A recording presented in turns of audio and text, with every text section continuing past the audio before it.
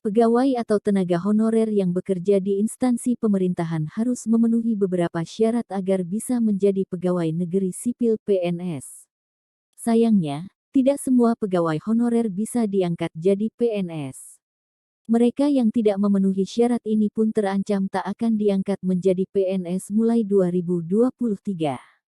Seperti yang diketahui, aturan penghapusan pegawai honorer telah tertuang dalam Peraturan Pemerintah PP Nomor 49 Tahun 2018 tentang Pegawai Pemerintah dengan Perjanjian Kerja P3K.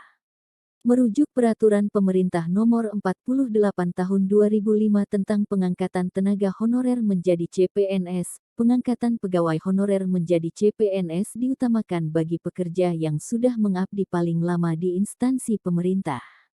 Dalam PP tersebut, tertulis bahwa dua pegawai honorer diberikan kesempatan untuk seleksi CPNS 1 kali, ujar PIT Kepala Biro Hukum, Komunikasi, dan Informasi Publik Kementerian Pendayagunaan Aparatur Negara dan Reformasi Birokrasi Muhammad Aferous kepada CNBC Indonesia, dikutip Sabtu, tanggal 5 Maret tahun 2022.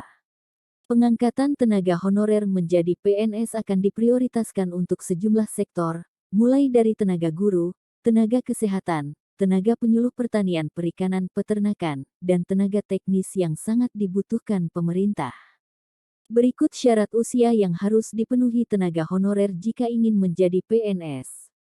1. Maksimal usia 46 tahun dengan masa kerja 20 tahun atau lebih terus-menerus. 2. Maksimal usia 46 tahun dan punya masa kerja 10-20 tahun secara terus-menerus. 3. Maksimal usia 40 tahun dan punya masa kerja 5-10 tahun secara terus-menerus. 4. Maksimal usia 35 tahun dan punya masa kerja 1-5 tahun secara terus-menerus.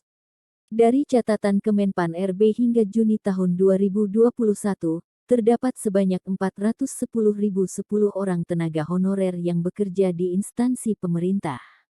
Pegawai honorer ini bisa mengikuti seleksi CPNS yang akan dilaksanakan sesuai kebutuhan. Deputi Bidang Sumber Daya Manusia Aparatur Kementerian Pendayagunaan Aparatur Negara dan Reformasi Birokrasi, Alex Denny, menegaskan rencana penghapusan tenaga honorer bukanlah kebijakan yang turun dari langit. Sebetulnya ini bukan ujuk-ujuk, tapi sudah dari 2005. Itu sudah inventarisir, kata Alex saat berbincang secara eksklusif dengan CNBC Indonesia. Alex mengemukakan, pada saat itu ada sekitar 900.000 tenaga honorer.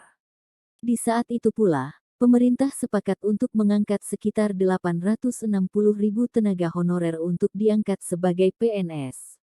Sisanya tidak memenuhi kriteria, tapi yang sisanya ingin diproses lebih lanjut. Begitu didata ulang dan membengkak jadi 600 ribuan, 11x lipat membengkak angkanya pada saat itu, katanya. Diketahui, pemerintah ingin mendapatkan PNS dengan kualitas yang bagus, memiliki keahlian sesuai dengan perkembangan terkini. Sementara banyak honorer yang posisinya tidak terlalu dibutuhkan.